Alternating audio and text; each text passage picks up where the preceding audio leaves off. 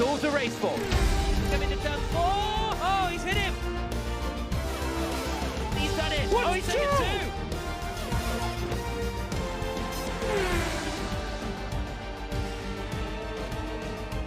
Hello and welcome to the Gfinity Arena here in London for the first ever F1 esports Virtual Grand Prix. Now, my name's Tom Deacon and it's such a pleasure to have you join us tonight. Now, I don't need to tell you of the worldwide incident and situation that is going on right now, and we've decided to have a bit of fun because the worldwide F1 fans are missing the sport that they love dearly. So we've decided to get F1 fans and F1 drivers together for an evening of entertainment. Now, for the next hour and a half, I'm not going to be joined, well, I am going to be joined. I'm not going to be alone is what I'm trying to say. I've got here 3 fabulous guests to my side. We've got Jack Nichols, Alex Jakes, and of course, Matt Gallagher. Gentlemen, a pleasure to have you here on the desk with me for the next hour and a half. The first ever experience of this that we've ever done before. Now, is a little bit different, but it's still going to be fun tonight, isn't it? Yeah, it certainly is. I'm looking forward to it. It's a really interesting group of drivers. You've got some real-life racing drivers, some former racing drivers, some celebrities, all going at it around the Bahrain circuit. It's, you know, it's not quite the Formula One that we want to see, but it'll be a nice little filler, I think, for the time being. Yeah, just keeping things light. And Alex Jakes, you are going to be here first time in the Gfinity Arena. You've got Jack Nichols to your left. You've got Matt Gallagher to your right. Who's going to be your person you're going to lean on most tonight? Well, I'll probably lean on myself. Yeah. I think with these two options, but get off to a friendly start. No, get off to a friendly start. It is great to be here. Strange circumstances, as you say, but terrific to be here. It's one of the strangest grids I think that we're ever going to commentate on. So looking forward to it an awful lot. Yeah, we will be revealing who is going to be driving tonight. Talking of which, Matt, there was a situation where you thought you might be driving tonight, but unfortunately, an F1 driver decided they'd prefer to drive, so we've gone with him instead. How are you feeling about that? Because you've been obviously streaming a lot more back in the game, 2019 F1. Yeah, I mean, I'm over it. That's fine. You know, no issues whatsoever. But no, obviously there was potential that I was going to be racing tonight.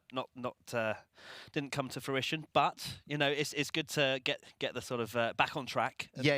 And test this Bahrain track that they're all going to be on. Yeah, tonight. And you wanted to give other people a chance, so I really appreciate that tonight. I didn't need to do that. Okay, well, let's have a look at the format of how things are going to work tonight. You've got qualification. That's an 18-minute session. And then we'll get into the race in the Sakhir International Circuit. 28 laps, that's 50%. And the rules are very simple. We've just put 3 here. There are more, obviously, but equal car performance, reduced vehicle damage. That is definitely going to help for some of those new to the sim racers, and some driver assists available as well. That is very different. Now, for those who may be joining for the first time in the F1 Esports Pro Series that we've done 3 years of now, gentlemen, this is a little bit different to what those F1 Esports drivers are used to. Yeah, the F1 Esports Pro Series is very much a hardcore series. There's no driver assist. There's a lot of vehicle damage. You have one little nudge on the front wing and you're going to get understeer and you're going to lose downforce.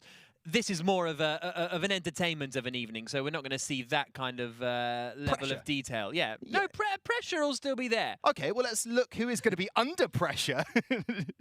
Very much so, because at 8:10 we'll have the qualification. This is the timings for you guys, wherever you may be around the world. 8:30 will be the race, and then I'm looking forward to this, some post-race interviews at 9:15. There was a slight laugh and smile there because for some of these drivers, we know they're experts out there, but sometimes for some of them it's going to be their first ever race, isn't it? Yeah, which is crazy to think. As we've just mentioned, the grid is one of the craziest things I've ever seen. You genuinely just can't believe that some of these guys are going to be racing. We're going to be going through the grid anyway, but I'm absolutely astounded. Yeah, well, be astounded, everybody. These are the drivers for this evening. Starting off there, I mean, look at Johnny Herbert there. Also, Lando Norris. Yes, it was a tight decision. We made it. The production staff have said Lando Norris over Matt Gallagher. Sorry about that, Matt. McLaren F1 driver Nick Hamilton is there. And of course, a few streamers and people that are in the online community who are going to be racing tonight. And of course, Formula One broadcaster Johnny Herbert.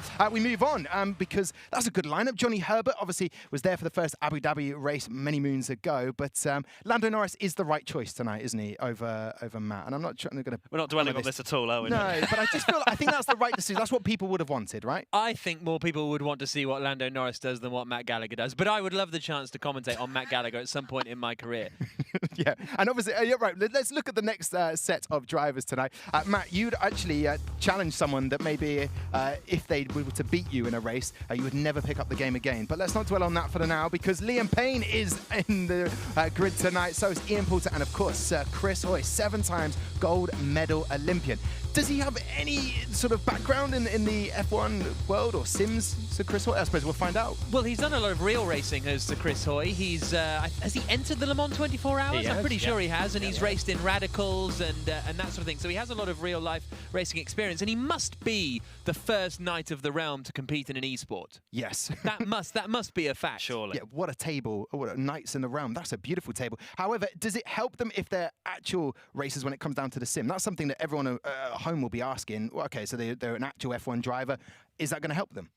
Yes, I think it is, because that's the crazy thing with Formula One and motorsport, esports, is that you're doing the same thing. You're doing the same actions. If you're playing FIFA, it's not the same as running around a pitch and trying to pinpoint a 40-yard ball, whereas in Formula One, you're still turning the wheel and doing the pedals like you would in a real car. Okay, well, Guan Zhou has been preparing, as all the drivers have. He's had his particular setup.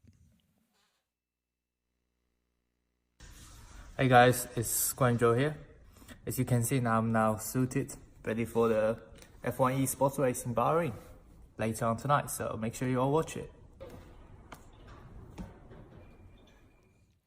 He is definitely suited and booted. That is how he's preparing for it. Not all drivers tonight will be wearing a helmet, will they? I hope not. Well, they're really going to be. Well, they won't be able to drive particularly well. Let's put it that way. If they're wearing helmets, but then they'll have to have the halo. They have to have everything, don't they? Really, in order for it to be completely real life. So I think the ones without the helmets might do just that tiny bit better. Okay, so it's those little percentages of difference here. Now, Twitch streamer Cyanide, I believe, was a little bit nervous, obviously coming into this, practicing a lot ahead of this race, but still making simple errors.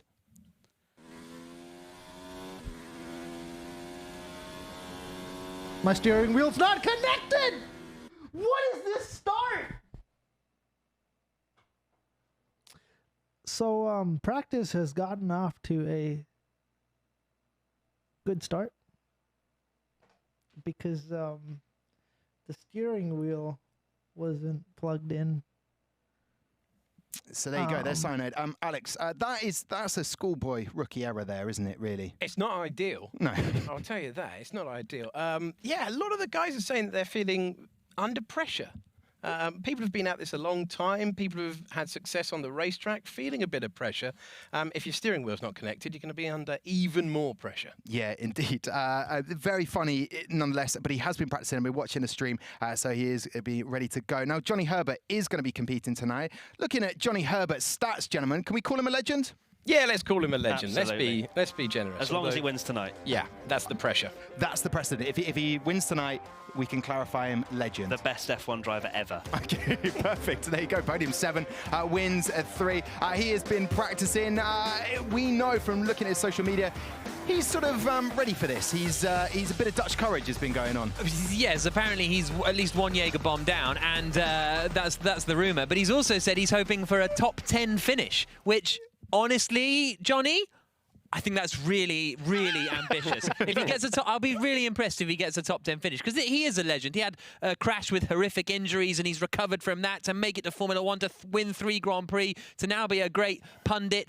It's great. But I think a top 10 might be a little bit of a stretch. Asking too much of Johnny there then. All right, Nicholas Latifi, F1 driver, joins the mix. Looking at his stats that we have ahead in the screen right now. Career stats, there's a lot of wins. He knows how to race, this man. Absolutely, and I think he is a bit of a keen sim racer. He was racing earlier on today and pretty quick, actually. I think he's probably going to be up there in the top 3 if he adds to the podium tonight. Will that be put on his career stats? That's what I want to know. Now, he is going to have, taken on that on board, Matt, a very interesting teammate tonight. This is his teammate, the one and only Mr. Liam Payne. And look at the stats at the bottom there. Number 1s, 4. That's for singles. And number 1s, 4 albums. That is so much music. Top quality, 4 albums of number 1s right there, gentlemen. Is it advisable to have music playing while you're driving? No.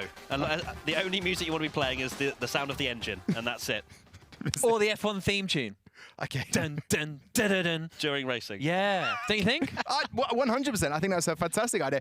Let's look at the track then, Bahrain, gentlemen. The key areas for people to look out for tonight, especially our drivers, but also people watching wherever they might be right now. Well, I think it's a good circuit for overtaking. That's certainly one thing, because you've got the DRS zones, you've got some heavy braking zones, and it's all going to be under the lights as well as it would be in real life. So that makes it look quite spectacular. And yeah, like I say, plenty of overtaking opportunities, Alex.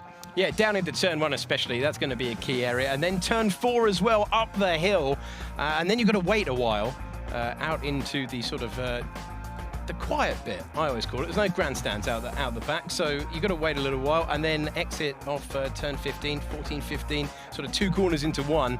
Crucial to get a good exit there to power onto the main straight around this 5.4 kilometre circuit.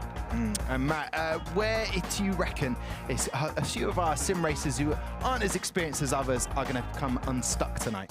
Oh, it's going to be interesting to see. Firstly, who dares to turn off the assists? I think we'll know pretty soon into qualifying who has turned off the assists. But you've just got to keep it on the track, keep it easy. You know, you said before we went live, it's one of the safest tracks purely because there's not many walls. So they've got at least a bit more sort of margin for error. They can make a few mistakes in the race as long as they're not up the chuff of someone else. Okay, fair enough. Now listen, Matt, looking at the timings, you've seen a couple of the streams today.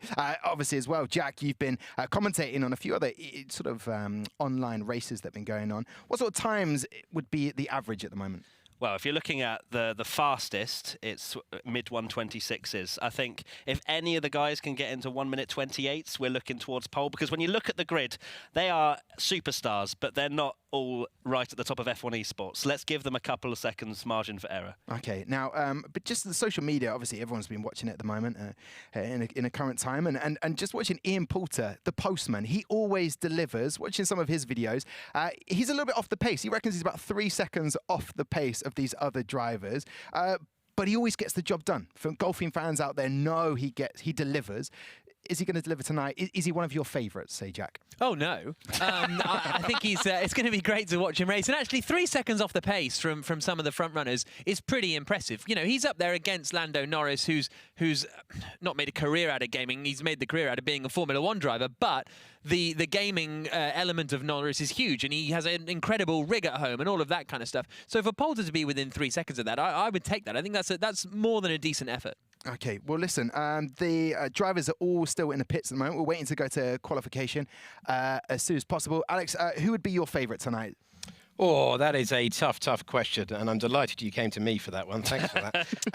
I think it's going to be it's going to be interesting to see the different groups, the sort of outsiders that you see coming in there with no experience at all, and then the guys who've been at sim racing for years, and just then I'm honestly not sure. I'm honestly not sure who to go for. Because at the beginning of the night, I did say who would you like to lean on most. Yes. This is your opportunity. You can phone a friend. Go on, Matt, tell us. Who should we be looking out for in qualifying? I genuinely think Latifi is going to be up there. If he puts in a good lap. I mean, there's a few of these guys I've never seen in a sim in my entire life. So Chris Hoy might be the quickest man on the grid. We don't know that yet. But for me, Nicholas Latifi, he's quick. And someone is coming straight off there. That better not be Latifi. we did say... That's all right. That's all right. Chris Hoy. We did say that, well, obviously a man that goes is used to racing round and round, but maybe just the corners are going to become a bit of a hazard for him tonight. We need to see him in IndyCar, don't we, Sir Chris Hoy? A similar oval sort of slipstreaming deal to the Kirin. And obviously this qualification... Race control say that Ian Poulter's got a penalty there. Already? For making contact with Stoffel Van Dorn, I think it said on the screen. So early development in qualifying. So he delivered a penalty to his dog. This is the interesting part, I guess, in qualifying, where they're all very eager to come out the pits. A lot of them aren't staying on the track anyway, but you just got to get a bit of space now. Kind of prepare yourself on the outlap, make sure the tyre temps don't go too high, because this track is so difficult. As soon as you start sliding, the tyre temperatures go through the roof, and then it's like skating on ice. I think we saw Liam Payne there recovering from one off. He's off for another one now. I have a feeling all of his assists might not be on. Yeah, potentially not. So the qualifying goes on for 18 minutes, and they can do as many laps as they want, effectively, as Payne comes down to the next. This is the double left-hander, and I think he almost stayed on the track there. This is on board with Philip Eng. Now, I think Eng's going to be a strong shout. He's been performing well in other sim races over the course of the weekend, and he's the 2014 Porsche Super Cup champion, and he's hooked up turn 1 at least. A Red Bull athlete. Looking at some of the things that I saw today, Cyanide put out there a streamer on Twitch. He couldn't put his underwear on the right way this morning. Now he's competing with the likes of Lando Norris. He's not even expecting himself to do too well today. What's the link? I'm missing the. What's the relevance to those two facts? He's shaking? Well, he's basically said if he couldn't even put his underwear on the right way. Oh, I see. He's now competing in F1 sim. So his general competence as a person is what he's calling into question. Yeah, I think we could dwell longer on each tweet. I mean, and really look at the philosophy behind it. But I think what he's saying is he can't do the simple things right. He's really going to struggle today. We haven't even really given a mention to Nick Hamilton, who's on the grid as well. Yeah. He's a very handy real-life racer himself, and he does love a sim. There's many videos of him racing on F1 games and things like that on YouTube, so could see him up towards the front as well, but we actually haven't yet to see a time just yet. Well, so Chris Hoy is going to be the first man to set one. He's just coming to the final corner now, and this has looked like a reasonable lap. This could be a little sub 1 minute 30. It's Philip Eng, no? I've called that quite early. Oh yeah, you're right, it's Philip Eng, my apologies. Across the line, and it is a 1 minute 28.638. Oh, so that's good. That's straight away in the mix for pole position sort of time from Philip Eng. That's very nice. Now, gentlemen, we're used to the F1 Esports Pro Series that happens at the Gfinity Arena. We know when we're watching those Esport Pro races, the whole field is pretty much the same in terms of their ability. When you've got people who are less familiar with sim racing on the track, that's going to make it difficult. And what can we hear at the moment? Now, well, look at this. There's a bit of an odd thing with the sound there. It's like Philip Eng's forgetting to shift. But already, we've got a pretty close order from the first lap, I would say. Eng's done a 28.6. Esteban Gutierrez in the Mercedes has done a 28.7. Stoffel Van Dorn's only half a second behind that on a 29.2. Luca Salvadori, the Italian former superbike racer, is in 4th place. And then Hulkenberg in 5th. So we've got the top 7 already covered by a second. So that's on the very first lap. So that's given me some encouragement that we're in for a bit of close competition here. I think that if Lando puts in any sort of lap, though, he will potentially be into the 27s if yesterday is anything to go by. Doing a little bit of practice with him, and he was very competitive. That man, he cannot stop sim racing. He is unbelievable at that. So I think that he did leave the session earlier, though, so he might be having a couple of technical issues. So for now, Philip Eng's on pole. Alex, what I was trying to ask really is, you've got some bad drivers and you've got some good drivers out there. Let's not beat about the bush. How much will the bad drivers affect the good sim racers out there today? Well, if they're good sim racers, they shouldn't affect them at all. I mean, traffic could be an issue. It's unlimited laps. It's whoever gets the fastest time will start the race that we've got for you today from the start. We've got another grid penalty there, collision with Nicholas Hamilton for Sadekist. So it's we've had a few penalties out there already, one for Ian Poulter and one for Sadekist now, so not going particularly well for them. No, the good sim drivers should come to the top. That is it is, as Jack says, a very competitive order to start things off. But we're still waiting for Hoy, for Herbert, and for Lando Norris, as well as Jimmy Broadbent to set a time. Yeah, Jimmy Broadbent, the sim shed dweller, that's what he says. And he said nervous is an understatement today for him. Quite interesting, Dutch media, because obviously people watching these online races across Twitch saying they referred to him because of his Wikipedia saying he was from Puntland and was from Somalia. That was the Dutch media picked up on that, which I thought was quite interesting. They didn't do enough research, but definitely a British lad who was racing today. Do we expect quite a lot from him, because he's out there racing a lot? Jimmy's a fantastic sim racer. He's very good at iRacing, R Factor. He struggles a little bit with this one. because they're all very different handling models. The physics engine, very different. So, you know, Jimmy will be there or thereabouts if he can get a solid lap in, but something to note is that Liam Payne's already retired, and I don't think a 2-minute 19.8 is going to see him anywhere near the front of the field. So Liam already out of this qualifying session. That might be his PB though, and therefore why do another lap when you know you've hit your best? We're on board now with Johnny Herbert coming down into turn 1. That was fairly nicely done actually from Johnny. He's in the Alfa Romeo, which the Hinwil-based team he drove for back in the late 1990s when they were Sauber, 97 and 98 I think. And he's coming up through turn 4. This is a reasonable run here from Herbert. First sector, not bad. Very tidy. I'm very impressed considering he's had a bit of Dutch courage as well, all on the black stuff. Maybe a little bit slow through that right left, but he's on the black stuff, and that's going to be potentially top 10 material. Paul Challoner comes across the line to slot into 12th place. Anthony Davidson in the other Haas has gone 4th quickest, about... Why can't I work that out? 7/10. 7/10, yeah, thank you. Behind Philip Another penalty. This time for Chris Hoy. Are these real penalties? Are these going to be applied? So many penalties in a qualifying session. Yeah, because we haven't seen any contact. So what were the penalties before? Contact off screen. Oh! No. Johnny Herbert in the wall. The Herbmeister General. That's not going to be good. Is he going to have to go into the pit in the game? That's going to affect the car, or did we say minimal damage though? It will still affect the car. Reduced damage. You can see his front wing pretty much hanging off. It just doesn't affect the car as much, but he'll still lose over a second with actually probably more than a second with the fact his wing is pretty much depleted. Also, he may be fueled up only for 1 lap run, so he hasn't got enough fuel to do another lap and then come back into the pit. So he'll return to the pit lane as he does now and get that fixed. Luca Salvadori then, the Italian former motorbike racer, is in 5th place at the moment. So we've now got the sort of top, to be honest, the top 12 are all pretty close in terms of their deltas, time differences to one another. Then there's a bit of a gap back to Paul Challoner and Ian Poulter and Sir Chris Hoy. But yeah, the top 12 are in the sort of same ballpark as we're on board here with Salvadori down into turn 1. He has raced cars before, most recently in the Jaguar I-Pace Trophy in Rome last year, which I'm sure you all watched.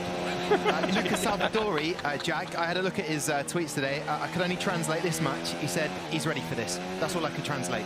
Okay. Let's see.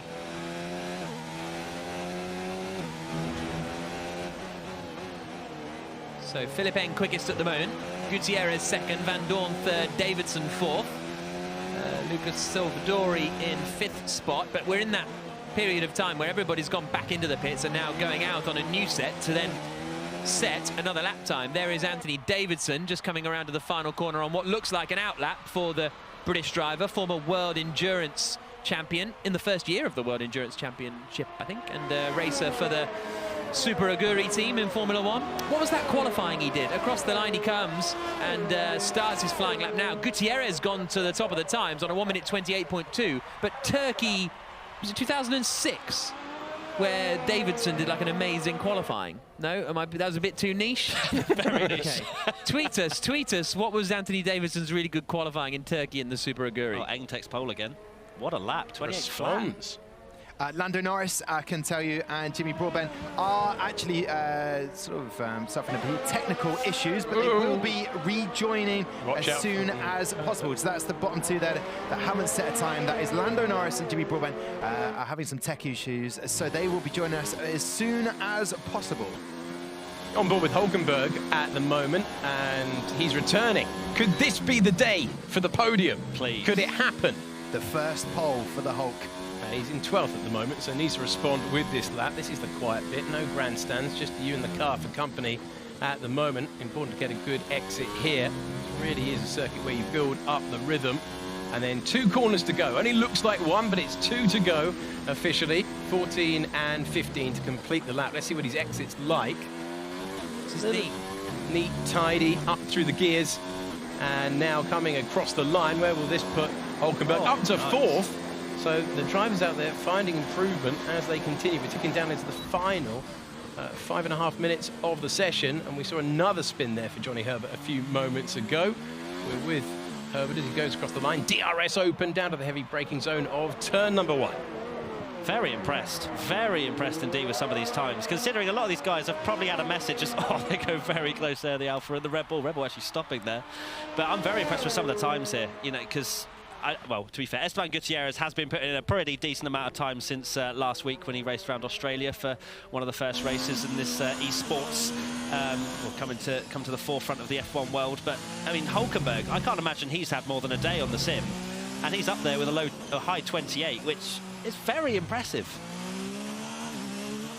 Sadekist as well is getting stuck in there in 9th place, ahead of both of the Ferrari Driver Academy racers. So that's not a bad effort, ahead of Nick Hamilton as well, and not too far away, for only 900ths of a second away from Anthony Davidson. So I think that's a decent effort from Sadekist. Absolutely. I think some of the guys, Stoffel and Anthony, may be retiring from the session because they've run out of soft tyres. I'll be interested to see if any of these guys have actually put in some serious research into this 50% race, where the mediums will actually be the quicker tyres. So going from the mediums to the hards, a one-stop race. But I think a lot of these guys are going on the softs, which means they're going to have to eke out this first stint, and we could see a few spins. I'd seen online on streamed from Cyanide that they were talking about maybe having 2 stops for this 50% race. What would be the tactics for tyres in this 50% race? 2 stop then. I don't think it's quicker, if I'm being completely honest, but I guess that would just be soft, and then going on to the mediums or the hards. But it really does depend if these guys pick up damage as well, because, as I mentioned earlier, as much as it is the reduced damage ruling, it still means that they're going to lose a lot of time over the course of a lap. So, to be fair, and after watching this qualifying session and the amount of penalties that have already been handed out, I don't think lap 1's going to be particularly clean. Thank you to everybody telling me it was 2007 Turkey where he qualified in 11th place, Anthony Davidson. So thank you, thank you to everybody. I won't read all your names out because we'll be here forever, but thank you to everyone who knew that more than I did. Love a correction, don't they? Yeah. Well, to be fair, I didn't commit to a wrong thing. But you said it wrong so that everyone was like, nah. No, I didn't say anything wrong. I just said I knew the answer, but I invited the social media interaction. Philippen quickest, Gutierrez second, Salvadori third, Hulkenberg fourth. Paul Challoner stuck it up into 5th place. That's a good lap ahead of Nicholas Latifi, who's still in the pits. Van Dorn is in 7th spot. Nico Hulkenberg is racing overlooking the start line at Monaco, because that's where he lives. And so that's his view out of his window while he's racing. If that isn't a couple of tenths, I don't know what is. That's an unbelievable... Whoa, around goes Sir Chris. Little nudge into the wall. Did Johnny get a lap in? Yes, so Johnny Herbert up into 15th place then. Managed to get a lap time in. And still we've got those issues, as Tom mentioned, for Lando Norris and Jimmy Broadbent. We're on board with Ian Poulter across the line. Is this to start a lap? No, it's to finish a lap, and he gets ahead of Johnny Herbert. So 15th place for... Is that our Ian first Poulter. shock of the day? Poulter ahead of Herbert. I would not have had that down at the start of the session. I'm very impressed because I watched Ian. He got all the equipment ready for Twitch streaming, and I was watching him first day on the game, and he was nowhere near a 32.3. So I'm very happy to see him 4 or 5 seconds off the pace. And I think he will take that as well, because he was feeling very nervous after trying the F1 game for the first time and realising it's not actually that easy. Where do you think you'd be in this order, Matt? Good question. Well, considering I've been doing quite a bit of manic practice yesterday, trying to remember how to play this game, I'd probably be sitting at about 3rd right now. Really? Yeah. Wow. Yeah. I thought you were going to play that all modest, but no, you came straight in there with the arrogance. I was going with my personal best. Wow.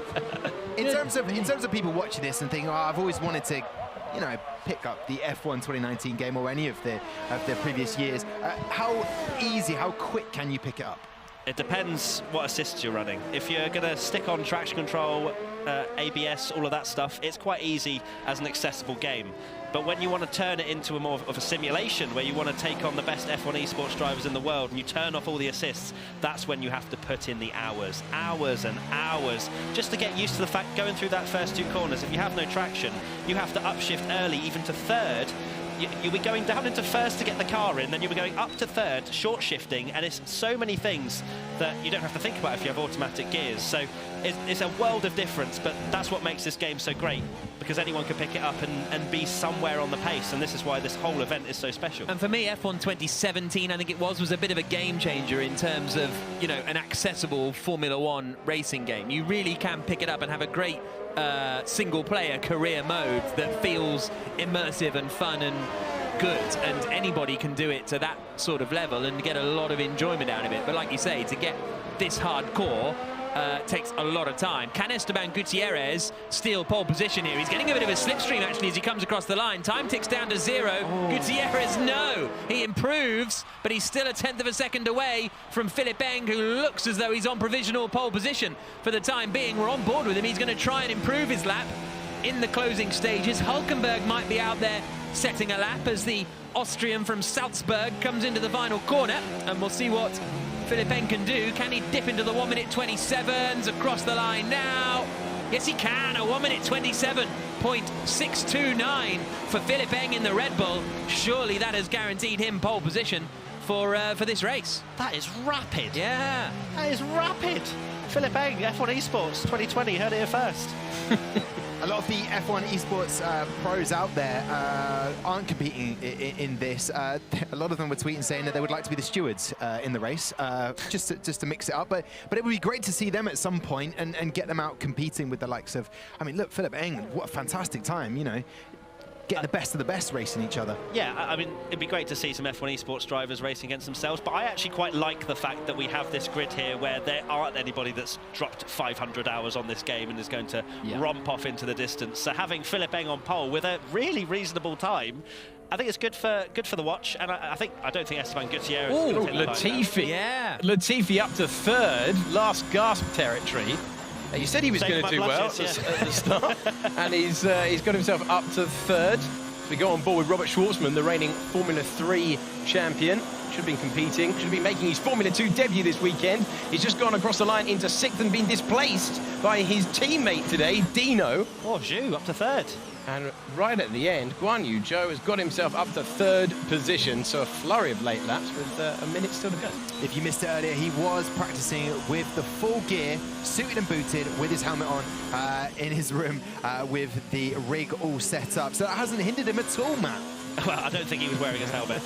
Because it was a tinted visor as well, and you'd have no chance with a tinted visor in a night race.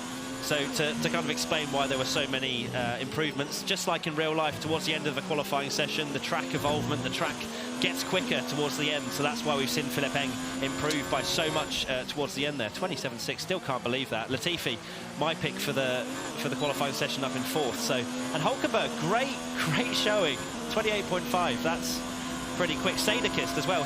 Oh my days, that's a collision. That was Sadekist as well. He's really punted him forward, if anything. And again. This is how teamwork works.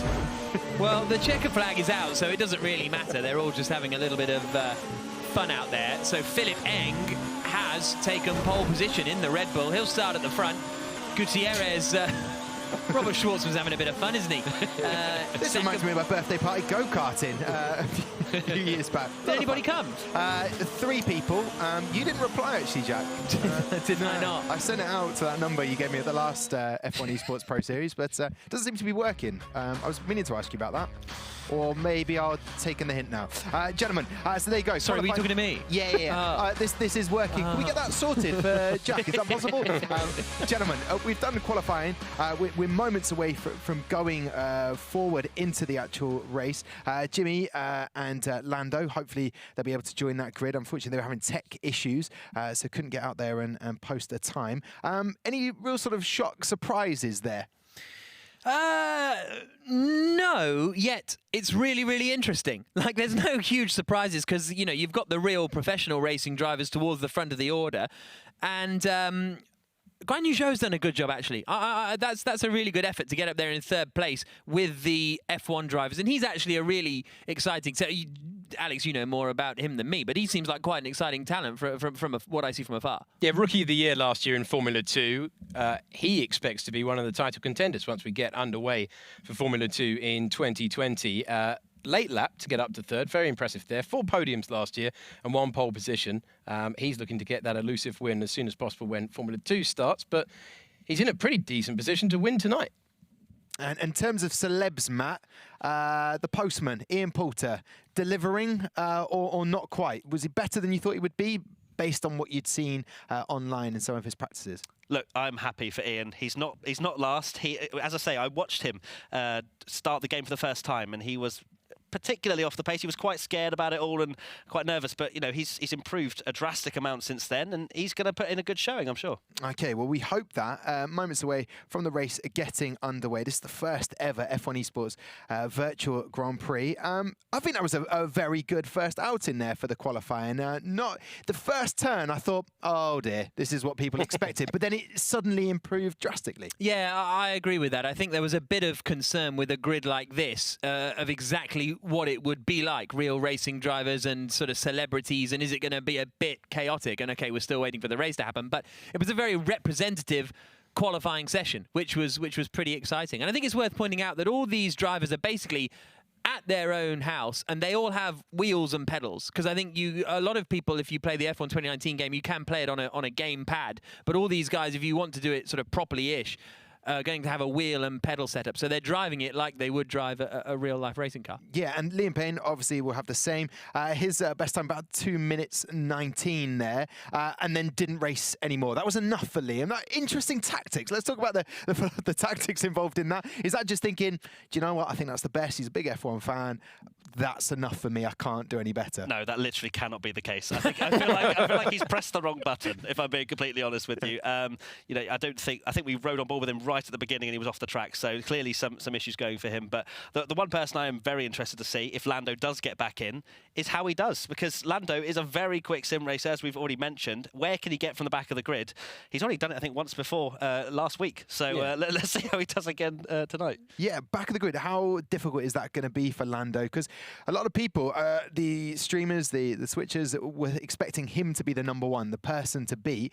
Coming from the back, he's given everyone a bit of a help, so to speak. It's going to be a real challenge for him, actually, because I think he'll get past the first sort of 5 or 6 drivers, maybe 10 drivers, fairly straightforwardly. But then when he's up against, the Nico Hulkenberg or something, he's going to be a very difficult man to try and get past. So I think it's going to be really tough for Norris. And it'll be interesting to see what Jimmy Broadbent can do as well from the back of the grid, because he has a huge following, and there'll be a lot of people watching this just to watch how Jimmy Broadbent gets on. So we'll have to keep an eye on him. Well, they've made it very exciting for all of his fans out there. And Nico as well, Hulkenberg, you did mention about possibly this could be a first podium for him. Hope we're all like that a little bit, aren't we, Matt? But Alex, what did you make of his particular qualifying there?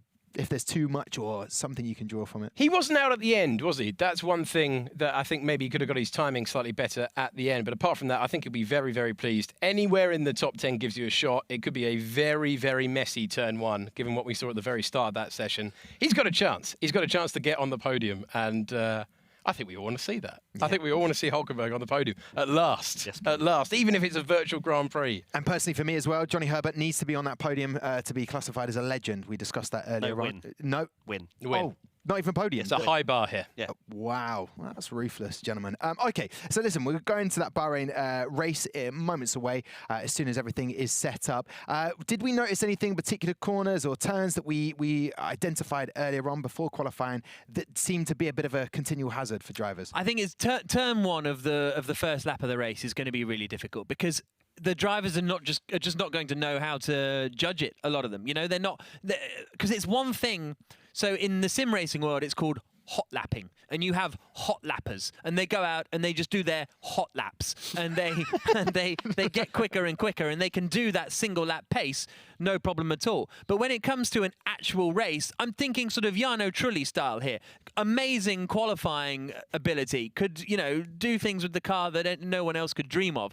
But come the race, it becomes a little bit more difficult. And having that sort of experience, if you're new to F1 2019, the game, new to sim racing in general, charging down into the first corner, that's where I think the judgment from some of these guys is going to be really, really difficult to find. And it'll be whether people try and take it a little easy into turn one, being aware of that, or whether people go charging in. And get into trouble early doors. Yeah. That's what they want to avoid. It's not a sprint. It's kind of like a half marathon, to say. Now, Alex, obviously, they want to do that. What's the mental scope of this for these drivers who aren't used to performing for 28 laps that we've got for Bahrain? What's the mental aptitude they're going to have for this? Yeah, slightly longer than we'd usually be used to, but that is going to be about consistency. It's going to be about not just having a few decent laps here and there. It's going to be about putting laps together and showing that you've got the command of this setup for the F1 2019 game. And I think there's I think there's more... I'm going to get laughed at here, so fine, laugh at me. But I think there's more focus required for a sim race than a real-life race. Okay, let's open this up. Gentlemen, I like this. This is a good conversation. So bear with me while on we this, wait. okay?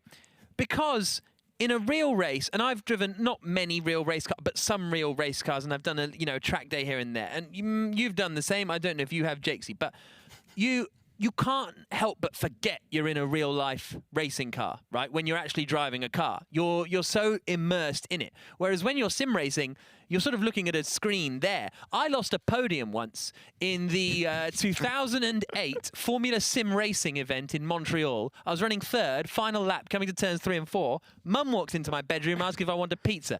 And by the time I turned around and said, Mum, I'm in the middle of a race here, I'm in the wall. You know, you can easily slip out of the focus of a sim race, I think more easily than when you're actually in the race car and that's sort of all-consuming. Is that fair? Yeah, I've got several questions based on that, gentlemen, just to step in. A, sorry to hear about that. B, did you... That's not a question. That's not a question. No, well, I have a question. That's my first point. Second point, did you have pizza? Did it make you feel any better at the end of that incident? No, I was disappointed. I can't remember if I had pizza. You're too angry for pizza. Yeah, exactly. Happy Mother's Day, Mum, as well, while we're there. Yeah, so I don't remember. So it's the concentration. You're talking about the Yeah. concentration and the distractions that are around, and your concentration just might go. Yeah, I have to agree in some respects in terms of the actual concentration. And you're just pinpointed on a screen. You're not, immersed in the whole environment. And you have that whole sense of when you're in the car, it's like life or death. You know, if you crash, that's it. You could hurt yourself a lot. Whereas in the game, you can kind of almost zip out of that focus a little bit. Yeah. And as you say, it's just a screen, but it requires a huge amount of concentration because they're on the peak for every single corner as well. What I'm really interested to see, because it's a 50% race, that everyone's going to go hurtling down towards turn 1, thinking of quali, and they're going to brake where they were in quali, and they're all going to go flying off because they have a 50% race fuel. So it's going to be 28 laps of fuel, and you got the tyre wear as well coming towards the end of each stint. So I'm intrigued. Yeah, there's a lot to take on board for these new sim racers or some experienced racers. Let's have a look as soon as possible at the starting grid and how they'll line up. A few technical issues means that we're still waiting for Lando Norris and Jimmy Broadbent. Hopefully, we'll get an interview with one of the drivers to pass the time before that happens. And then we are moments away from the Bahrain Grand Prix here in the first ever F1 Esports Virtual Grand Prix. So as we can see, let's talk about this grid start in the top 10. Well, Philip Eng, a former Porsche Super Cup champion, on pole position. Esteban Gutierrez, former Formula 1 driver, Mercedes reserve driver, maybe not reserve driver, but simulator driver, some kind of association that I can't remember the exact phrasing of. Former GP3 champion as well. Guan Yu Zhou, who, as Alex said, is going to be a front runner in Formula 2 this season. Nicholas Latifi, Formula 1 driver. Nico Hülkenberg, former Formula 1 driver, former Le Mans 24-hour winner. Luca Salvadori, former motorbike racer. Dino Beganovic, a young driver who's a young Swede who's just signed for Prema to race in Formula 4 this year. Robert Schwartzman, a champion. And then we get into away from our real racing drivers, into the likes of Sadekist and Paul Challoner, and it's going to be interesting to watch them fight with the professional drivers in front. Yeah, 40 years of racing watching from your man Red Eye. Any surprises there down in the bottom, apart from, let's ignore Lando Norris, didn't get out there to set a time, or Jimmy Broadbent, but out of the others? I thought Sir Chris Hoy might be a little bit higher, to be honest with you. Everyone else, yeah, and I thought Stoffel would be a bit higher as well. I thought Stoffel would be challenging the top 5. I think he still could do that come the race, but I thought Sir Chris Hoy, I thought bikes would be ahead of golf. Indeed. Different sort of driver. Now, listen, Nicholas very good. Thank you. Have you planned that one? Have you had that one lined up? I jotted a couple down earlier on. From the moment Australia went, he's been planning that. Thank you very much. I was just like that. No. Normally your jokes are below par. I like that. I like that. Listen, obviously, he's got no caddy to assist him throughout the races. Listen, gentlemen, with this, Nicholas Hamilton there, we'd expect better from him because he normally is a bit of a sim racer on the side. Yeah, I would have expected him to be a little bit higher up the grid as well, but I think maybe this was just a last-minute thing where he was brought in quite late. So I think if Nicholas does participate in other rounds, we'll see a better performance from him. Maybe even the race as well. It's 28 laps. You know, there's enough time to settle into the game and see exactly what these guys are made of. Okay, well, obviously in the world of esports, technical issues do happen. We're just waiting to get into the race as soon as possible. Actually, we can hear from Nico Hulkenberg, who's with us right now. Nico, talk to us. Pleasure to have you with us this evening for this entertaining evening. What did you make of your qualifying there, Nico? Hello, everyone. A very good evening. Yeah, I don't know. I did surprisingly well. I don't know where that came from. I mean, we're willing you on back here in a studio in London, Nico, but where did you expect yourself? I mean, how much sim racing have you done? Very little, to be honest. The idea came about a few days ago, obviously, in this current situation with the lack of activity. And I thought that, I'd jump on the train and give it a try, have a bit of fun. But yeah, yesterday and earlier today I found it quite tough. There's a lot of geeks on there that are really, really good. So I'm not expecting too much. I'm just doing it for the love and the fun. Nico, I'm wondering, and I'm sure a lot of the F1 esports elitists out there are wondering as well, what assists are you running? Sorry, what? What assists? What driving assists? Have you got any on? Not really. I think just the traction controllers are moderate, but that's about it. Oh, that's good. That's impressive. And is there anyone on the grid that you're a particular rival with? Are you looking at Esteban Gutierrez like, I've got to take him? Oh, man, I'm looking at all of them. I think it's Johnny in the mix as well. I just want to have a laugh with Johnny. He's, Okay, you'll have to wait a while. Yeah, I don't know. Stoffel as well, but Stoffel is pretty good, man. These guys have some practicing more than me. Is Stoffel a few doors down from where you're based, Nico? I think he's in the States. I called him yesterday and he's not here. But otherwise, he would be, yeah. And Nico, we want to know, obviously, your strategy going into this. 50% of the race. What will be your mindset? How will you approach this race? Full beans, all in, water or champagne. Okay, water and champagne. And obviously, some of these other racers that are racing today were getting very nervous about racing against you. They expected big things. You've delivered so far. You want to get on the podium. We know that. But what would be a happy finish for you? Yeah, man, I can feel it. I can feel the pressure literally building in here and online. But, I don't know. Let's take a step at a time. Like I said, I got pretty battered in the last 2 hours. So I'm totally confused. So I don't know. I'll just pray and hope for the best. Now, I've got to ask this while you pray, Nico. Jack raised a really interesting question, and I think people at home want to know this. In terms of levels of concentration, which requires more from you, Nico? Now, this is a serious question. I might have a smile on in the studio, but what I'm asking is, in the sim, you can get distracted, whereas in the actual racing, your mind doesn't necessarily wander. I'm paraphrasing that, okay, Jack? Yeah, but you're stitching me up here, but fine. Nico, which requires more concentration? Well, still the real deal, to be honest. You don't quite have the same buzz for now, but yeah, it does take a serious effort, and you have to really be focused. Hit the turning points and everything. It's quite a delicate thing, and the details need to be right. Otherwise, you're nowhere. Now, Nico, have you done your prep for this 50%? Because obviously there's strategy, there's tyre wear. Do you know how long you're going to go on the softs? You might not want to disclose this, but have you thought about that? My prep is done. My race prep. I've just eaten a big bar of chocolate, so I'm all good to go. It's good to get fuel on board early, Nico. All right, then. Well, listen, we know that you want to find Johnny Herbert somewhere on that track. We wish you the best of luck. Enjoy the race, Nico. Cheers, guys. Thank you. So there you go, Nico Hülkenberg getting ready for the race.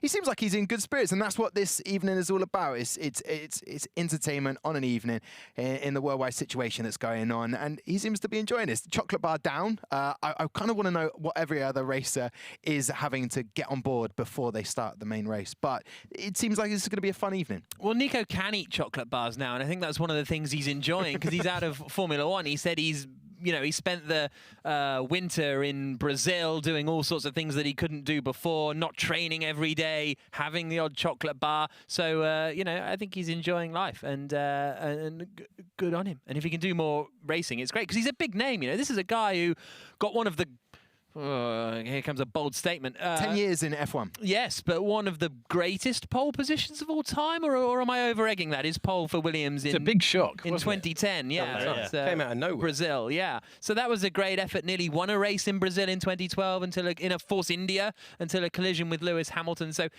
And a Le Mans 24-hour. This guy's a big deal in motorsport. Although he will, maybe that podium record will haunt him. But you have to remember of the amazing things he's done. Now, Alex, do you think I beat Jolyon Palmer over the course of a season when they were teammates? I mean. Now, obviously, you co-commentating with Jolyon Palmer. Are you missing him a little bit, or are you quite happy for this? I saw him yesterday. So. Okay, that's fine. I'm over it. I'm over him. Alex, do you feel like I put Jack, sort of threw him under the bus a little bit there by asking Nico about that concentration question, or do you think that was fair? I think it was fair. I'd have done it myself. I think he did the right thing. All right, listen, who, based on that qualifier, is still your favourite? You're sticking with Latifi. He basically didn't let you down, did he, Matt? No, right at the end, I think it was a 28-1 or 28-2 he managed to do. Philip Eng has very much surprised me. Mid-27s, that's crazy. But as I've mentioned, the quali pace means absolutely nothing when we go into this 50% race because turn one, lap one, what's going to happen there? And also just the pace throughout the race. Do they have the consistency? Because it took a lot of these drivers to get to that maximum pace. We saw a lot of the laps come in right at the end of the session. So whether or not some people are yet to hit that peak, I don't know. We'll see. Well, this is the first ever F1 esports Virtual Grand Prix here, happening live from the Gfinity Arena in London, joined by Jack Nicholls, Alex Jakes, Matt Gallagher, and a whole host of celebrity drivers. And we hopefully are moments away from getting into that race, 50% of Bahrain. All our notes are done. Pardon? It's 50% of Bahrain. Bahrain, 50%. She's slightly less than 50. So there we go. So we are moments away from getting into it. We've heard from Nico Hülkenberg.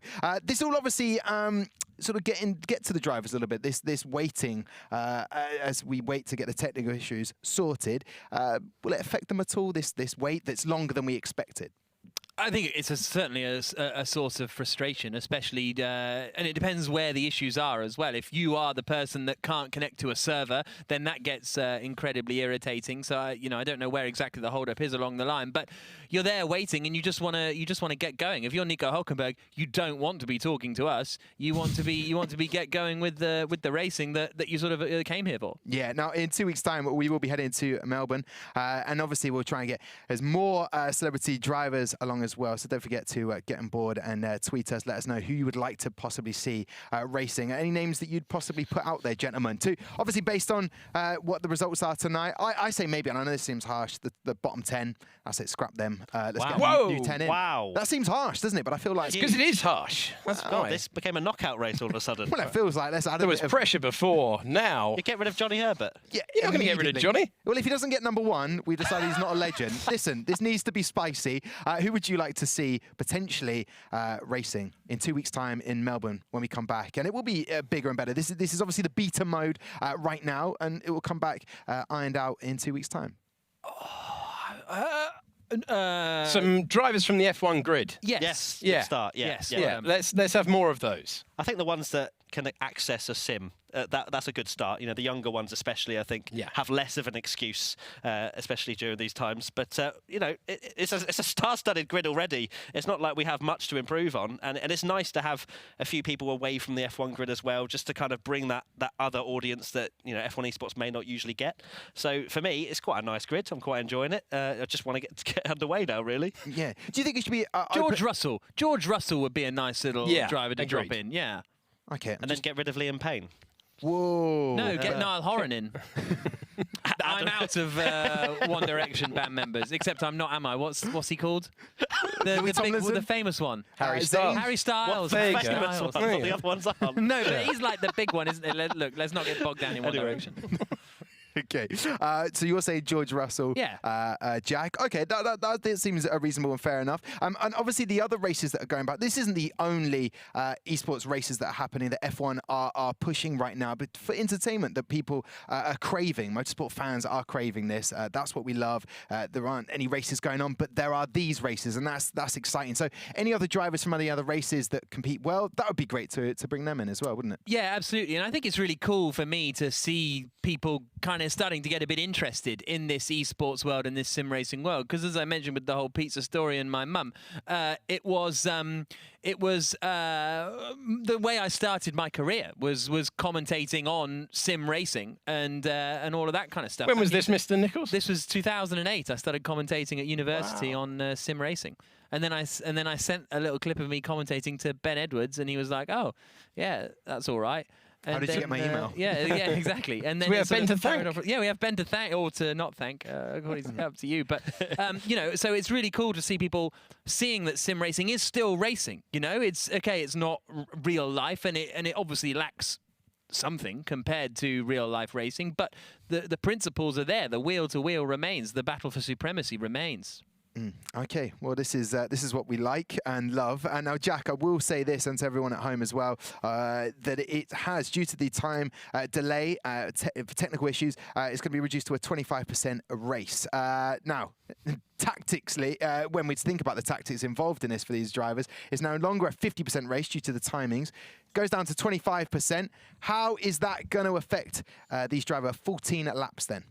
That's Matt's strategy out the window, isn't it? Yeah, scrap all Get that in the bin. Well, we had chaos before. We've now got even more chaos into turn one, lap one, I'd say. But, you know, it's very much an easy soft to mediums, I believe, then, if it's a 25% race. So the guys will probably go 4-5 laps on the softs and then pit. It's not too much of an... I mean, I guess because of the fact it's a shorter race, there's more of an opportunity to undercut. There's not as much time left in the race if they get track position. But at the same time, Bahrain's a fantastic place to overtake with the 3 DRS zones. So I think it's going to be chaos now that it's 25%, especially for the bottom half of the grid, which apparently are getting scrapped, according to Tom. So they're really going to have to make up their time now. I just Are you race steward? Is this how it works now? I feel like I will be looking at the evidence at the end of the race, and I will be letting people know the results. I do feel a little bit harsh for saying we'll scrap the bottom 10. But I don't know. Let me know. Tweet us. Let us know. Gfinity on Twitter. 25%. It's a shame that does happen, but these technical issues do happen in esports. That's one of the things that happen. 25%, is it going to make that much of a difference for the viewers at home? This is actually going to be compacting it more into a bit of excitement. Yeah, it's now the race of a regular F1 esports race, because they're all run at 25% race distances. So it'll be something that we're a bit more used to, and it keeps it a little bit punchier, and it'll still be very entertaining, and everything will just be a bit more condensed, which is fine, really. Okay, Alex, would you agree with Jack on that? Would you? Would you? I would, mainly because we've got an entire race to commentate together on, so let's not fall out at this stage. No, we do not want to fall out right now. Let's look at the formation then we have got then. Great. So it looks like we're going to get racing before too long, aren't we? Philip Eng then on pole position there in the Red Bull. Esteban Gutierrez is going to be second on the grid in the Mercedes. I think Lando Norris forgot about the formation lap last week, didn't he? He did. He got very excited that he beat about 15 people off the grid and thought that he just had an amazing start. So. But most importantly, he is in this race at the back row of the grid there with Jimmy Broadbent. Yeah. So that's going to be a nice little subplot for us. Them coming through the field, and we will see how much progress they can make as we have a little bit of the formation lap to go. Temperatures where you need them, that's a concern maybe for the front half of the grid. Eng, Gutierrez, and Joe, Latifi and Hulkenberg at the top 5 before you get to one of the Toro Rossos. There's still Toro Rosso in this game. Lando's left again, unfortunately. So you are watching right now the first ever F1 Esports Virtual Grand Prix with myself, Tom Deacon. Pleasure to have you with us tonight. Bit of an interlude there in the middle as we got ready after qualifying. As we get to, instead of a 50% race, it is now a 25% race. Of course, just to remind everybody, I'm joined by Jack Nichols, Alex Jakes and Matt Gallagher. Now we'll be passing over to the one and only Mr. Jack and Alex for this race. Are you ready, gentlemen? Are you looking forward to it? Final thoughts before we get into it? Really, really excited, actually. Me too. I've missed this. I haven't commented. You've commentated on a few races already this year. People hire me. This is hey. Sorry, that was. Well, they did until that comment. Wave goodbye to Jack, everyone, and wave hello, because we race on as the grid forms up. We'll have 14 laps of this 5.4-kilometre circuit, and we didn't even get to lights out before we fell out. Yeah, never mind. It's a shame. Never mind. I was looking forward to that. I think we may have lost Lando Norris again, unfortunately. We'll keep an eye out on him, but we'll see if he's lined up there in 18th place. We're on board with Johnny Herbert, who's going to be starting in 15th place on the grid in the Alfa Romeo. On pole position is going to be Philipp Eng in the Red Bull. Esteban Gutierrez is in second. Here comes the start of the race around Bahrain. Away we go. Who's going to get the best getaway as we wait to see the move down towards the first corner? Quite a bit of wheel spin there for Philipp Eng in the Mercedes. It's Esteban Gutierrez who's got away one, and that's Hulkenberg. That's Hulkenberg straight into the wall. Dino Beganovic has come off with him, so there's a big crash at turn one. The Alfa Romeo of Johnny Herbert. And it's Johnny Herbert into the lead. What a sentence that is. Absolute chaos at the start. There's another one into the wall. That's Gutierrez off in the wall. Johnny Herbert has taken the lead by cutting the corner, so he's got a 10-second drive-through penalty already for that. Meanwhile, Guan Yu Zhou and Philipp Eng are trying to fight it out for what is going to be the net lead of the race. There's a Williams facing backwards. I think that's Liam Payne. One of the other Alfa Romeos has gone in the wall, and it is Johnny Herbert who's out in front at the moment. We're on board with him. Herbert started in 16th position. Unbelievable. We threw down at the start for the three-time Grand Prix winner. Could he win and get legendary status? Right now is in the best possible position as they race down to turn number 11. Philipp Eng chasing him though, and Eng was the man who took pole position, and we're on board with Eng here, the Austrian.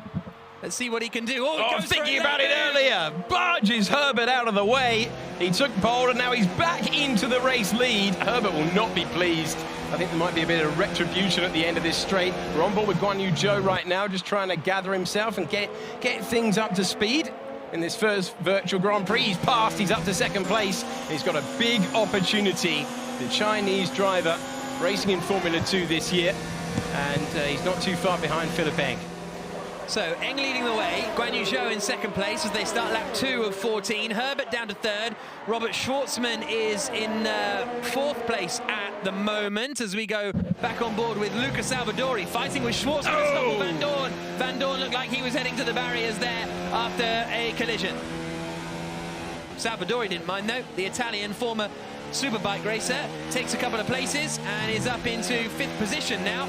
Sadikis, the big winner from that collision there, up to 5th position now, and Salvadori in 4th. Johnny Herbert up from 16th on the grid to 3rd position in the race, and I think they will the timing interval will sort itself out in a few moments' time. This Johnny Herbert recovering, got himself into the rhythm of this 14-lap race on lap number 2 at the moment. The 3-time Grand Prix winner, most recently in 1999, not that recent, trying to catch up to Guan Yu Zhou in 2nd position. And further down, we've got Lando Norris showing in 6th position, which is somewhat strange, given that he didn't appear to take the start. Yeah, but if he did, maybe he started from the pit lane or some such, but he's up in 6th position, although he's just lost out to Red Eye, who's now moved up into that 6th spot. Philipp Eng still leading the way, Guan Yu Zhou in 2nd, Herbert staying with Zhou reasonably well. It makes a big difference on this game to be able to follow someone and try and kind of figure out and pick out their lines. That tends to give you a little bit more pace as we go on board with Paul Challoner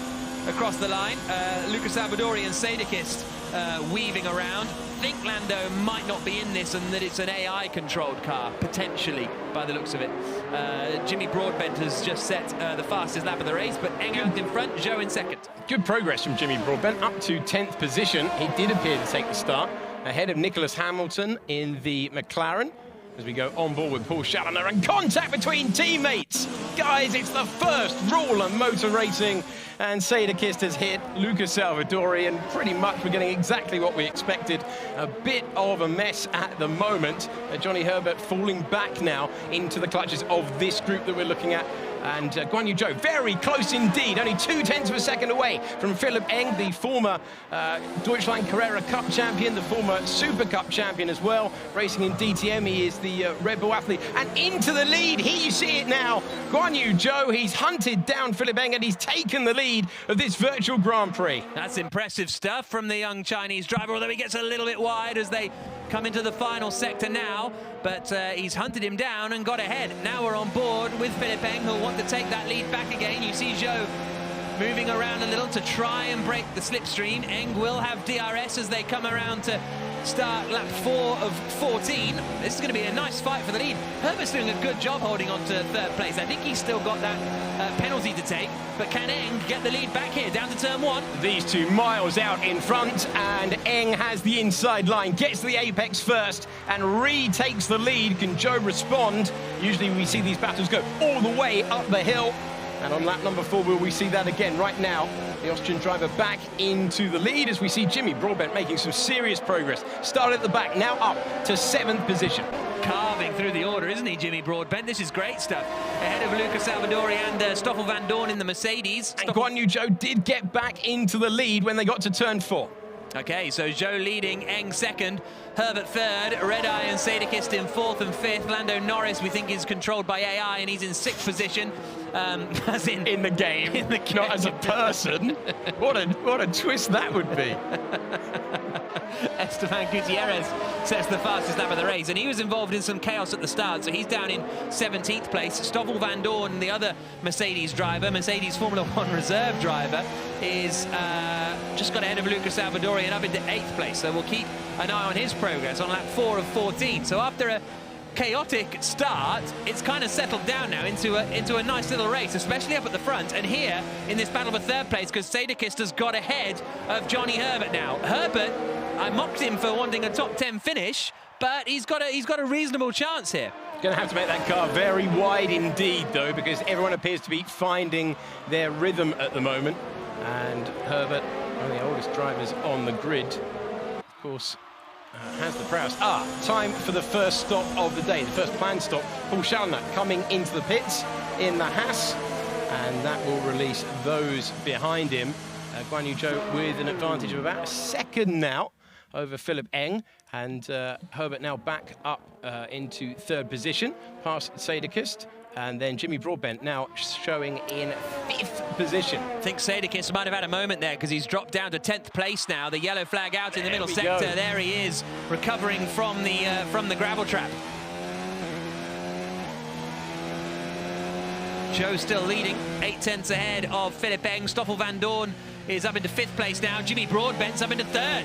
Broadbent flying up the order. I think Herbert might have made a mistake, and this is Nico Hulkenberg trying to get back past Nicholas Latifi with Dino Beganovic around the outside in the Ferrari. This is some great racing here between 3 professional racers, and they're going to go 3 wide up towards turn 4. Hulkenberg on the outside in the Racing Point. Beganovic trying to get to the outside now in the Ferrari, but it's the Williams of Nicholas Latifi that holds the place for the time being. Beganovic trying the up and under and gets past. It's only for 15th position, but a lot of the drivers that you're looking at right now involved in a massive crash at the start. In fact, we had a crash before we'd even got down to turn 1, and then again on the way to turn number 4. That was on lap 1 of the race, and that's a wide old line Beganovic is thinking of taking there. Hulkenberg up to 15th, and he will chase down Latifi.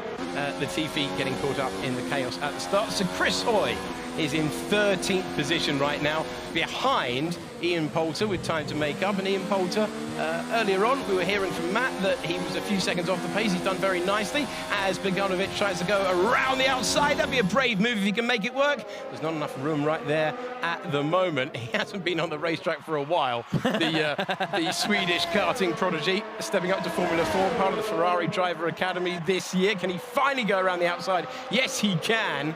And he had to wait a few corners for it, but he got the move done. 15th place for Beganovic. Stayed on the track as well. We're on board here with Ian Poulter then. He's up behind Paul Challoner and Jimmy Broadbent in front. I think some of these guys have pitted now as Hulkenberg finds the inside line to get back past Beganovic down into turn 1. These two having a great fight, albeit over 14th position. Philip Eng leading the way, 11.6 seconds ahead of Stoffel van Dorn, but Eng is yet to pit. Nicholas Hamilton up into 4th place, Johnny Herbert down to 5th. Beganovic trying the outside again, and Hulkenberg shows him the door. These two have been glued together for the better part of 2 laps now. Hulkenberg just about getting the position as they go down to turn 8. Hulkenberg on those medium tyres will try and scamper clear. Latifi, the next driver up the road, about 3 seconds away. Robert Schwartzman, we're on board with him at the moment. The reigning FIA Formula 3 champion is ahead of Chris Hoy, but not by much, as you can see. Only a 1/10 of a second in it at the moment. Back to this ding-dong battle, corner after corner, between Beganovic and Gutierrez after the prang at the start has caught up with Beganovic, and they're both chasing down Hulkenberg with a yellow flag in sector number 1 as Schwartzman thinks about the move on Luca Salvadori. A little bit too far back as they come into the final corner. Salvadori takes a huge amount of curve though, and that is going to give the run to Robert Schwartzman. You hear the beep, that means he can open the DRS. The flap in the rear wing opens up and he cruises past. He's going to get a little bit of traffic coming out of the pits here. That's Nicholas Hamilton in the McLaren that's emerging just in front of Robert Schwartzman, and Johnny Herbert is in there behind. This is Nico Hulkenberg still side by side with Beganovic, and Esteban Gutierrez in the Mercedes has joined this fight now, so it's a 3-way squabble over... and who was that? I think that's Hamilton. Heading backwards in the McLaren after an incident, and this bid kept going for the time being. Right, on board with Esteban Gutierrez, caught up with the carnage at the start, but has gathered it all together. And just in the wheel tracks of these two, who just... It's just corner after corner after corner. And Hulkenberg can't get clear, Beganovic can't get ahead. Philip Eng, race leader, in the pits then. So this is his one and only pit stop on lap at the end of lap 8 of 14. And he will change, I presume, onto the... I'm not sure what tyre was on start, actually, so we'll wait and find out. But there is the attack again from Beganovic up the inside of Hulkenberg, and this is the great chance for Gutierrez to take them both. Gets on the power as they climb the hill. The next corner's a right-hander. He'll be on the outside, Gutierrez, but he's got ahead of Nico Hulkenberg for now. Oh, super late on the brakes, almost into the back of Beganovic. Keeps it together, 13th place. Stoffel van Dorn now leads. Lando Norris, I do not think he's in second position. Crucially, after the pit stops, it was Guan Yu Zhou who got out ahead of Philip Eng. On board with Esteban Gutierrez. Down the start-finish straight. Hulkenberg has got the DRS because he's close enough to the Ferrari in front. So as a result, Gutierrez is not quite close enough to make the move. Lap 8 of 14, Van Dorn leading, but has yet to pit. So the net leader, I think, is still going to be Philip Eng in 4th place. We'll see what sort of pace Stoffel van Dorn can do. Now, I think Lando Norris might be back in the game now, so he might be controlling that second-place car. He was AI for a while, but I think Van Dorn is back in the game and back in control of the second-place machine. So Van Dorn is Twitch, Norris, and then Zhou, and we have Eng and Broadbent. A yellow flag in sector 2. Red Eye in 6th place, Robert Schwartzman in 7th, Luca Salvadori 8th, Nicholas Latifi is 9th, Johnny Herbert, we question the top 10. It belongs to him at the moment, but that battle that you've seen so much of is coming up to the back of Herbert at the moment. Hulkenberg has not been able to stay with the young Swedish racer in the Ferrari Driver Academy car ahead of him. And now Gutierrez is piling on the pressure. One of the development drivers for Mercedes Formula One team. The other one is in the lead of the race right now. Clocking into the final stages. Only a quarter distance race around this Bahrain international circuit. The first of what we hope will be many events of the F1 Esports Virtual Grand Prix. Can Gutierrez think about a late lunge to the inside of turn number 1? Too far back for the time being. So Stoffel Van Dorn leading the way. I don't think he has pitted yet. Lando Norris is at the wheel of his car in second position. He was controlled by the computer a little bit earlier on, but now Lando is at the wheel. There's a yellow flag out there in sector 3. We'll see if anyone loses sufficient time. This is the continuing battle between Gutierrez and Nico Hülkenberg. As they come through the middle sector, Hülkenberg in the Racing Point. Never saw Hülkenberg in a Racing Point, did we? No, by the time they went to Racing Point. With the team that's been based at Silverstone, but it's had so many names through the years. What was your favourite name? I liked it when it was Jordan. Yeah, classic. Great livery. Won the race with Damon Hill back in 1998. Got things going there. Then Heinz-Harald Frentzen, year after, a little bit of a surprise contender. We'll see if those two fancy it next week. Heinz-Harald Frentzen. Heinz-Harald Frentzen. Heinz-Harald Frentzen, yes. That would be a great addition. Stoffel Van Dorn's come into the pits, as has Lando Norris, and Guan Yu Zhou is the race leader. Philipp Eng, has he got anything in the final stages? Having battled earlier on, it does appear where you can see the difference that Zhou has been making. We might have been close to Gutierrez getting past Hülkenberg into the final couple of corners. Fastest lap right now belonging to Robert Schwartzman. But Zhou with an enormous lead as these two continue to battle for what is a position outside of the points at the moment. It's Zhou Eng and Jimmy Broadbent from the back of the grid up to third. We're looking at his teammate for today in Hülkenberg, who is trying to stay ahead of Gutierrez as they go up the hill to turn number 4. On board with Gutierrez. Guan Yu Zhou leading, 9 seconds ahead of Philipp Eng in second place. Jimmy Broadbent in third spot. This is a really good run from Jimmer, although he's just been overtaken by Stoffel Van Dorn in the Mercedes. A podium would have been quite the achievement for the man in his shed in his mum's garden, running in 4th place. Gutierrez on the brakes. These two lined up 2nd and 5th on the grid respectively for Gutierrez and Hülkenberg. So it's a shame we're not seeing this fight further towards the front, but there was all sorts of carnage on the run down to the first corner. DRS open for Gutierrez, and all of this has allowed Beganovic to get away quite a bit as Nicholas Latifi is going side by side with Luca Salvadori, and Latifi doesn't get up into 8th place. Salvadori almost in the gravel. There's a lot of grip out there, isn't there? There's a lot of grip off the road for Salvadori, who hangs on to it for the time being. But Latifi clearly with a lot of momentum, and he's going to have DRS, and he's going to have a prime opportunity now as they go onto the main straight. All these cars are equal, so that's why this 2019 Williams is doing okay as it carves its way past Luca Salvadori and up into 8th position. That's why you've got a Renault leading a Red Bull 2nd, and it's all a bit of a mixed up because all the cars are equal. And here's Gutierrez. Oh, he's dummied him! He's Mansell PK87'd him down into turn 1. And Esteban Gutierrez is up into 11th place, but can Hülkenberg fight back as they come up the next straight towards turn 4? He's going to get the DRS this time. Gutierrez tries to close the door, but Hülkenberg's back through. It was a great move, one of the best moves that we've seen so far today. Counts for very little right now, because Hülkenberg has managed to get back through, and they're barging their way through corner by corner. And if you thought it was wild earlier in the race, I think it's going to be even crazier. There's a Ferrari off in the distance there. That's Robert Schwartzman going backwards. So this is now for the final point. If there were points, but there aren't points, but you know what I mean.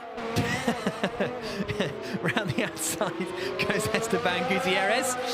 Can't quite get it done there. And yeah, Schwartzman out of the race then. So it looks as though he's had a fairly substantial hit. We're on board with Gutierrez. It was noted in the official Formula One press release that World Championship points are not available for this race. Best bit. That was the best bit of the entire release. You can bet they would have all been here if it had been. Can you imagine? One point on the line, still everyone would have been here.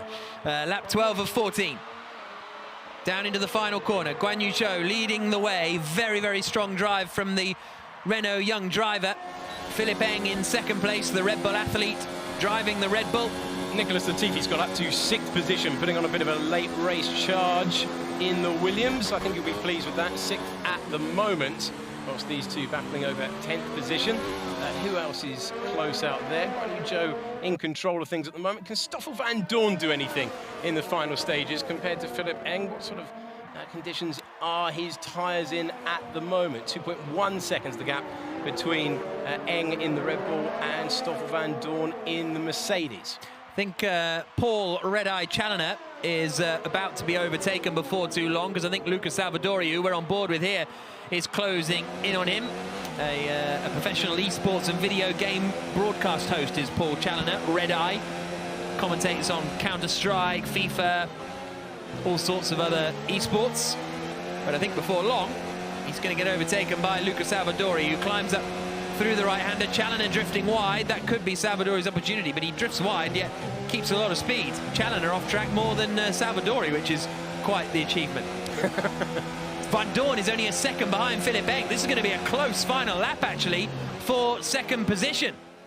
So that's the place to be. Guan Yu Zhou leading, but the battle for 2nd is super tight between Philip Eng and Stoffel Van Dorn. In fact, they're the penultimate lap at the moment, aren't they? But Van Dorn is within a 2nd and within DRS range. Not close enough at the moment. Fastest lap of the race belongs to Lando Norris. Currently occupying 5th position on the timing page, but he's been in and out of this race, at least technically. He is running in 5th at the moment. So Red-Eye thinking about it, not able to make the move at the moment. Is it one of those pass or be pass situation for him? Yellow flags out in sector 2. Guan Yu Zhou just has to bring it home at this stage. An outstanding performance from the Rookie of the Year Formula 2 in 2019. This is the battle for 2nd place. And it's a yellow crash helmet and it's a Mercedes. It's not Lewis Hamilton, it's Stoffel Van Dorn, the driver who made his debut here, and he's going to surely take 2nd position. Elbows out. Well, basically the entire arm out in the end there. He's got 2nd place. And, well, Ian Bolt has turned up halfway through, but it's not for 2nd position. It's just at the time being, Ian Bolt is in 15th place. Stoffel Van Dorn up to 2nd position. Eng, I think he's just about going to recover to the podium, but Jimmy Broadbent, if he has the lap of his life, and Eng has a few issues, he could have a sniff of the final podium position. But Broadbent himself is under pressure from Lando Norris, who's just at the fastest lap of the race. Keep your eyes a little bit further back. Broadbent defending. Here Norris sends it to the outside. Down into turn 1, goes in super deep, and he's done it. Round the outside of the first corner, nicely done, but Broadbent will want to fight back to retake that 4th position up towards turn 4. Norris leaves the door open, Broadbent back through. Nicely done. Norris tries the undercut though, the cutback coming out of turn 4. It's going to work the inside line, but going the outside line and vice versa. Still they go, side by side, on the final lap of the race. And Jim has held it for now.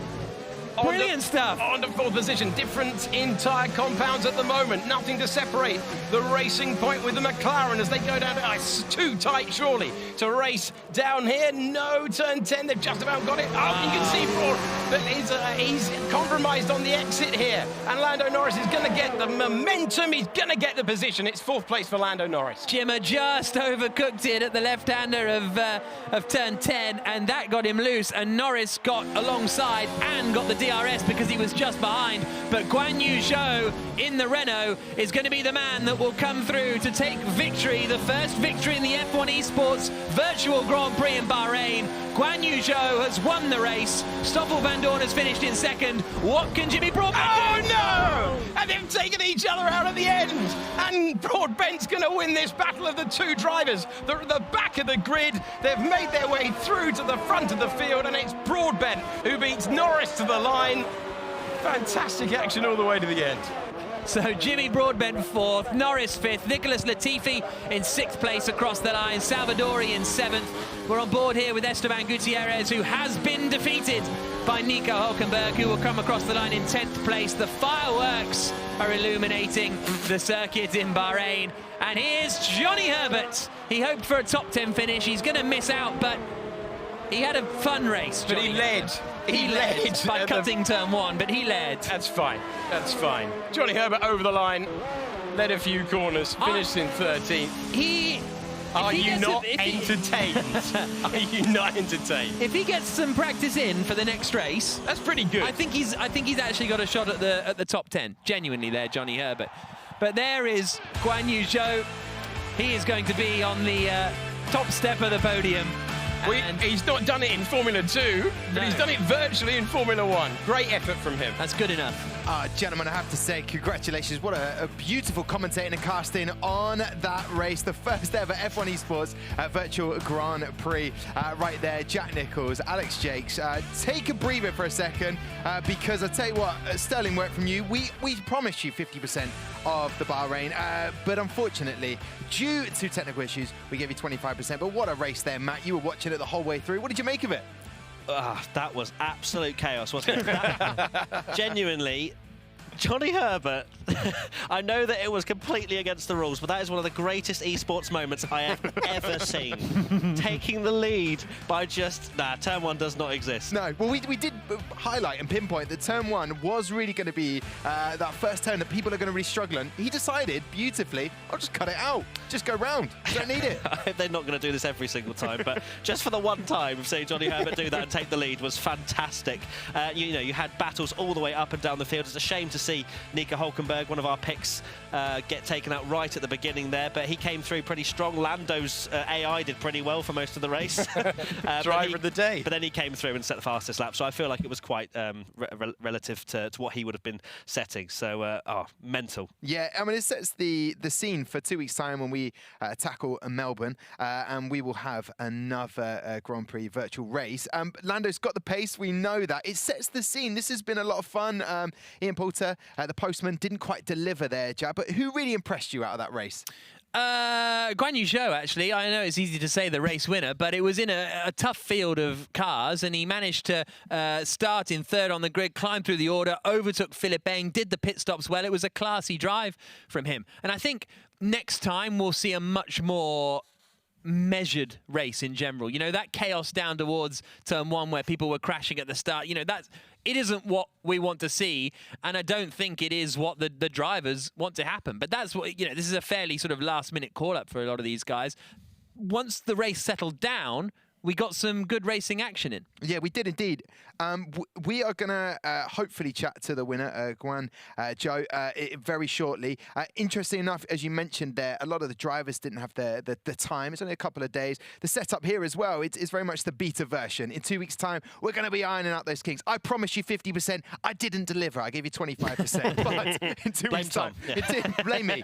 In 2 weeks' time, hopefully, we'll be able to give you 50%. I was going to say 110, but that would be ridiculous. So, listen, Alex, what did you make of that race then, before we hear from our hopeful, in just a second, our winner? Some super battles. Really impressed with everyone. When we got to about lap 2, basically. Yeah. I thought it was excellent after lap 2, and really, really good stuff from Guan Yu Zhou. Impressed with him, and very impressed with Jimmy Broadbent coming through from the very back of the field. Yeah, they were right down at the back, and they managed to deliver. So 2 weeks' time, we can obviously hope that there'll be a tidier race, a bit cleaner, but they've got some pace there. Yeah, absolutely, and I think Melbourne's probably a little bit easier as well for the newer guys to get to grips with. There's less sort of aggressive curbs. There's a couple I can think of in the middle sector, but apart from that, I think generally it's a nicer flowing track for the more of the novices. But yeah, Jimmy, fantastic drive. Lando as well when he took over, you know, very quick. So I'd like to see those guys a little bit further, maybe even battling for the win next time. Indeed. Well, listen, it's been a very entertaining evening. The F1, the first ever F1 Esports Virtual Grand Prix, and our first ever winner, Guan Yu Zhou. I believe you're on the line right now. How does it feel to be the first winner? That good, huh? He's lost for words. He's so emotional. Guan, are you there? That. First winner for the F1 Esports Virtual Grand Prix. Well, we can see your picture. He's just celebrating. He's just raising the trophy in the air. That's what Guan is doing. I don't think he's taking his helmet off, isn't he? Yes. Yeah. Earlier on in the show this evening, we saw his preparation, fully suited and booted in his racing gear. Guan Yu Zhou, are you there? Yeah, hi guys, it's Guan Zhou here. Fantastic to hear from you. The winner tonight, what does it feel like? Talk us through that race that we just witnessed. I mean, it's amazing feeling. I think qualify was pretty good. We decided to go medium time, just going for the one stop in the race. But yeah, qualify went well. Good start position for the race, but you know, turn one is all about keep it clean. And in the first few laps, just manage it with the other guy, Phil, together, just create a gap, no silly moves. And yeah, I think I had a quite good call with pit window and just got away from there and after just continue my race. So obviously super happy to be winning, didn't expect him to be winning after hearing Lando was joining the race, yeah. Hi, Guan Yu. I was just wondering, how long did it take you to get up to speed on this game? Is it something that you've played quite a lot, or were you kind of getting used to the car as the race went on? I think I played a bit because obviously last year was the Formula 1 esports in China, and that's when I started playing the games, and I actually enjoy playing a lot. I mean, it's a simulator that if I'm not racing, you can just get as close to the reality as possible. So yeah, I do some practice at home as well, and it was not easy. First time in qualified driving with no assist on the tractions, but yeah, got used to it, and yeah, happy with how everything went. Yeah, well, it was a fantastic race, Guan. I don't know if you happened to see, as the race started, Johnny Herbert cutting the corner, went across the track, decided he didn't want to do turn one. Did you manage to see that at all? Well, I saw a flying car going by. I saw Johnny. I was like, oh god, because I knew he's gonna making silly moves, And so I overtook him like for P2, and next corner what he did was just went straight to back of me, made me half spin, and I was like, come on, Johnny. And after I got a little gap, I think he damaged his front wing from that, and yeah. Well, listen, Guan, so lovely to chat to you. Thank you very much for taking part. I'm sure that this race tonight has cheered people up a lot. So enjoy your celebrations for being the first ever F1 Esports Virtual Grand Prix champ. 2 weeks' time, we'll be back in Melbourne. Will you be joining us, Guan? Thank you very much. See you soon, guys. All right, no definitive answer there. We'll talk to you later. That's a yes. That's fine. We'll take that as a yes. Well, listen, we're coming to the end of the night. Thank you so much for joining us wherever you've been tonight. It's been a lot of fun. Jack, have you enjoyed yourself tonight? Yeah, a lot. Okay, good. Perfect. And Alex, Jake's commentating on everything tonight. Loved it. See you next week. Okay, perfect. Yeah, we'll take that. And Matt, finally, can we see you racing in the next race against Melbourne? Yeah. Depends if anyone important wants to race, because if they do, then I don't have a chance. Okay, well, listen, Matt Gallagher, Alex Jakes, Jack Nichols, and a pleasure to everyone who took part tonight racing as well. We'll be back in 2 weeks' time. We'll be going to Melbourne. If you've enjoyed it, honestly, I can assure you, we'll be ironing out all of the kinks. This is definitely the beta version tonight, but it's been a pleasure to have this. We'll see you in 2 weeks' time. Don't forget to watch the F1 socials.